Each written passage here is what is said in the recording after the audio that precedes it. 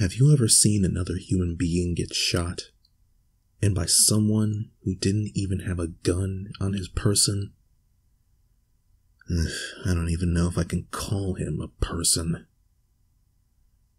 I was about 9 or 10 when I saw him. The Mime. I don't know if he had an actual name, but the others who I know have seen him always refer to him as Milo. It's weird. I can't seem to remember people calling him anything other than Milo. I usually just called him the Mime. Still, I was 9 or 10 when I first saw him, at the carnival. The carnival had recently come to town that summer, and I pleaded to my mom to go there.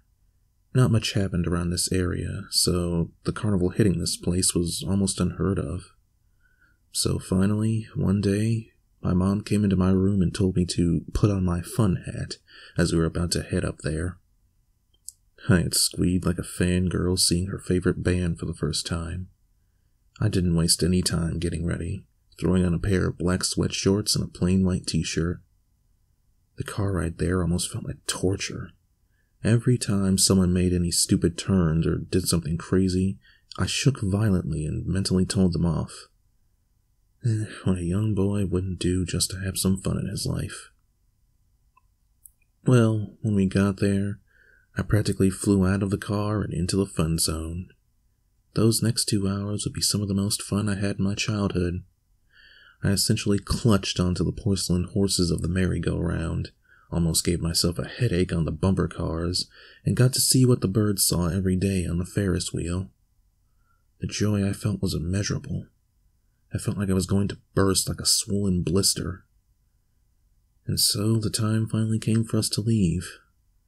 I obviously didn't want to go, but I knew that I had to. It was on the way toward the exit that I saw him, the Mime. His attire was the standard, a black and white striped polo, black slacks, and black and white boots. This was complemented with a pair of black fingerless gloves, a black bow tie, and a white sun hat. However, something was off about him. His skin was almost frigidly pale. It didn't even look like he had on paint, save for 2 black circles on his cheeks, and his eyes were a whitish blue, almost ice-like. The Mime was waving toward everyone, almost telling them to come and see one last thing before they left. I tugged at my mom's pants, asking if we could go see what this person was about to do. When she said yes, it was only then that I noticed that he was staring right at me, almost studying me. I shivered a little, but kept my cool. Soon, a crowd had begun to swarm around the Mime like flies to a bug zapper. He had begun to do the usual Mime routine. He pretended he was trapped in a box, feeling his way around the air like a frightened child feeling their way through the darkness. Things started to get weird when he pretended to push against the wall of the box. His movements seemed so realistic, almost like he was actually trapped. He then stopped to look me in the eye. His eyes. They felt like they were so icy, to the point where I felt my body temperature actually dropping. He smiled, piercing my heart with a frosty spike of fear. That smile told me that he wanted me for some kind of demonstration. He held out his hand and gestured for me to grab it. I stood frozen.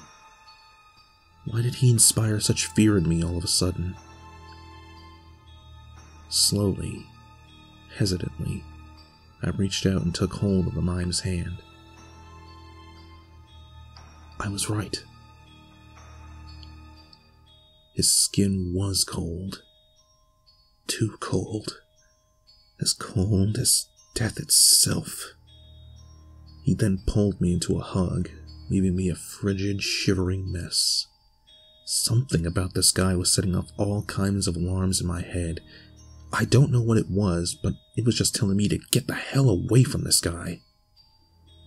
After about 30 seconds, he finally let me go, fluffed my hair, and sent me back to my mom. I ran towards her and grabbed her, visibly frightened out of my wits. The mime's smile had drooped into a disappointed frown. "I'm sorry," I whispered. The crowd began to disperse to the exit. My mom and I walked along with them. It was then that I took a chance to look back. The mime was there with the most expressionless face I had ever seen in my life. He looked like he just wanted to end it all. It was then that I realized he was holding up his hand and doing a weird sign, almost like a gun.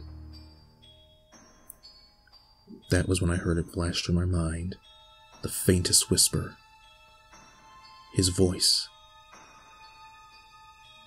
Bang. My mother instantly grunted and looked down, I looking as well. An expanding spot of crimson had stained her shirt. Everyone turned around. Upon seeing the wound, chaos rippled through the crowd, some running to their cars and others assisting my mom. While a man had called 911, another came over and asked me what had happened. I was hysterical. The mime! He shot her! He's right over there. Just as soon as he had appeared, he had vanished, not leaving a single trace of his existence. The police had soon arrived, along with an ambulance. They lifted my mom into the back of the truck, and soon we departed to the hospital, I riding in the back of a police cruiser. When we got there, the feds had spent the entire wait trying to get whatever info they could out of me. I didn't say anything. What was I supposed to say? That a mime shot her when he didn't even have a gun and suddenly vanished? I would either be considered crazy or called out for having a hyperactive imagination. They eventually gave up and went on their way. I was left sitting there, my mind trying to comprehend what I had just witnessed. While my mom was recovering, I stayed with my grandmother. I remember trying to tell her about the mime and her being surprised. Him. I remember seeing him when I was your age. He was known as Milo, the human Swiss Army knife. He could use his hands to imitate almost anything. He could cut himself out of rope by using them like scissors. He could shoot things by pointing at them and dropping his thumb like the hammer of a pistol. He could do anything. And you're sure he's the one who shot Mommy? I nodded, positive about what I had heard and saw. My mother had been cleared about 2 weeks later. Ever since I've seen Milo, I haven't been able to walk around in public without the fear that I might see him again.